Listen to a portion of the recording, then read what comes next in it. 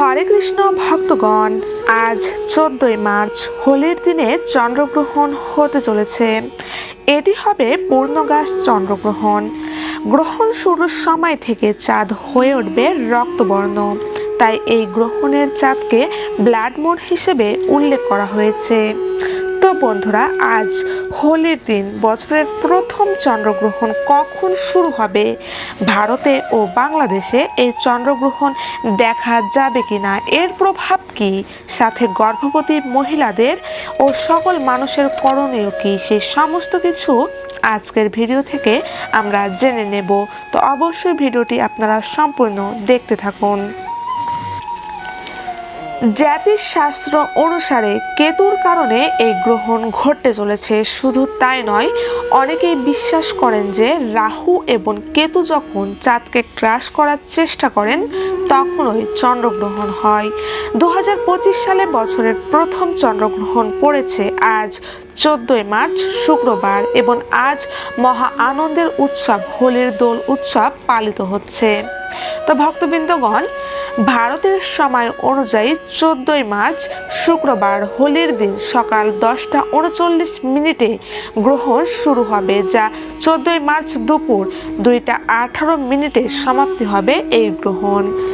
ভারতীয় সময় অনুসারে এর বিরল ছায়া প্রবেশ করবে 14ই মার্চ সকাল 9টা 27 এবং সকাল 10টা 40 গ্রহণটি স্পর্শ করবে। বাংলাদেশের সময় অনুযায়ী 14ই মার্চ শুক্রবার সকাল 11টা 9 গ্রহণ শুরু হবে, যা দুপুর 2টা 48 সমাপ্তি হবে চন্দ্রগ্রহণের প্রভাব। তো ভক্তবৃন্দ, এখন আপনাদের প্রশ্ন হতে পারে, ভারতে কি গ্রহণ দেখা যাবে না যাবে না? ভারতে ও বাংলাদেশের স্থানীয় সময় অনুযায়ী শুধুমাত্র দিনের বেলায় এই গ্রহণ হবে, ফলে ভারত ও বাংলাদেশে এই গ্রহণ একেবারেই দেখা যাবে না। তবে বিশ্বের নানান দেশ থেকে এই চন্দ্রগ্রহণ দেখা যাবে। ভক্তগণ, যদিও বা ভারতের চন্দ্রগ্রহণ অদৃশ্যমান, তবুও আমাদের গ্রহণ চলাকালীন বিশেষ এই কাজগুলি এড়িয়ে চলা উচিত। এমনকি গর্ভবতী মহিলাদের অবশ্যই চন্দ্রগ্রহণে কিন্তু এগুলি মেনে চলতেই হবে। বন্ধুরা, চন্দ্রগ্রহণ হয় একেবারে বৈজ্ঞানিক কারণে, কিন্তু ধর্মীয় বিশ্বাসে এই গ্রহণকে অনেকেই অশুভ বলে মনে করেন। এই সময় কোনো ধর্মীয় কাজ করা হয় না। ধর্মীয় বিশ্বাস মেনে অনেকেই চন্দ্রগ্রহণ চলাকালীন শিব চালিসা পাঠ করেন এবং চন্দ্রগ্রহণ শেষ হলে গঙ্গা জলে স্নান করেন। তারপর পুজো পাঠ করে দান করার রীতি রয়েছে। তো ভক্তবৃন্দ, এবার আমরা জেনে নেব গ্রহণের সময় কি কি করবেন না। শাস্ত্রে গ্রহণের সময় এবং গ্রহণ শেষ হওয়া পর্যন্ত দ্রব্যমূর্তি স্পর্শ নিষিদ্ধ। বাড়ির মন্দিরের দরজা বন্ধ করে দেওয়া উচিত, যাতে ভগবানের ওপর গ্রহের কোনো প্রভাব না পড়ে।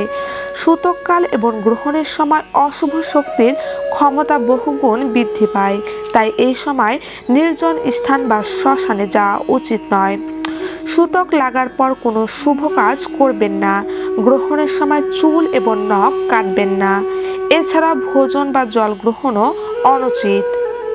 এরপর যখন চন্দ্রগ্রহণ ছেড়ে যাবে, তখন আপনারা চন্দ্রগ্রহণের সময় চাঁদ সম্পর্কিত মন্ত্র জপ করবেন। গ্রহণ শেষ হলে স্নান করে শুদ্ধ বস্ত্র পরে দান করা উচিত। এরপর গ্রহণ শেষ হওয়ার সঙ্গে সঙ্গে আপনারা প্রথমে গঙ্গা স্নান করে শুদ্ধ বস্ত্র পরে ভগবান বিষ্ণুদেবের পুজো করবেন। গ্রহণ শেষ হলেই সারা ঘরে গঙ্গা জল ছিটিয়ে শুদ্ধ করে নেবেন এবং কাছাকাছি কোনো মন্দিরে পুজো করে দান করুন। গ্রহণ শেষ হলে গরুকে রুটি খাওয়ান, এটি খুবই শুভ। লক্ষ্মীর কৃপা প্রাপ্তির জন্য গ্রহণ শেষের পরে ইন্দ্রদেবের পুজো করুন। তুলসীর চারপাশে অবশ্যই প্রদীপ জ্বালান, এতে বাড়ির পরিবেশ প্রাণোজ্জ্বল থাকে। এবার ভক্তবৃন্দ, আমরা জেনে নেব গর্ভবতী মহিলাদের জন্য চন্দ্রগ্রহণ চলাকালীন কি কি করা উচিত এবং কি কি করা উচিত নয়। প্রথমে, গ্রহণের সময় উপবাস। গ্রহণের দিন কিছু বুনন বা সেলাই করবেন না। আগের দিন রান্না করা হয়েছে এমন কিছু জিনিস রান্নাঘরে রাখবেন না। কাঁচি এবং ছুরির মতো ধারালো বস্ত্র আপনারা এই দিন ব্যবহার করা থেকে অবশ্যই বিরত থাকবেন। দিনের বেলা সূর্যের আলোর রশ্মিতে উন্মুক্ত হবেন না।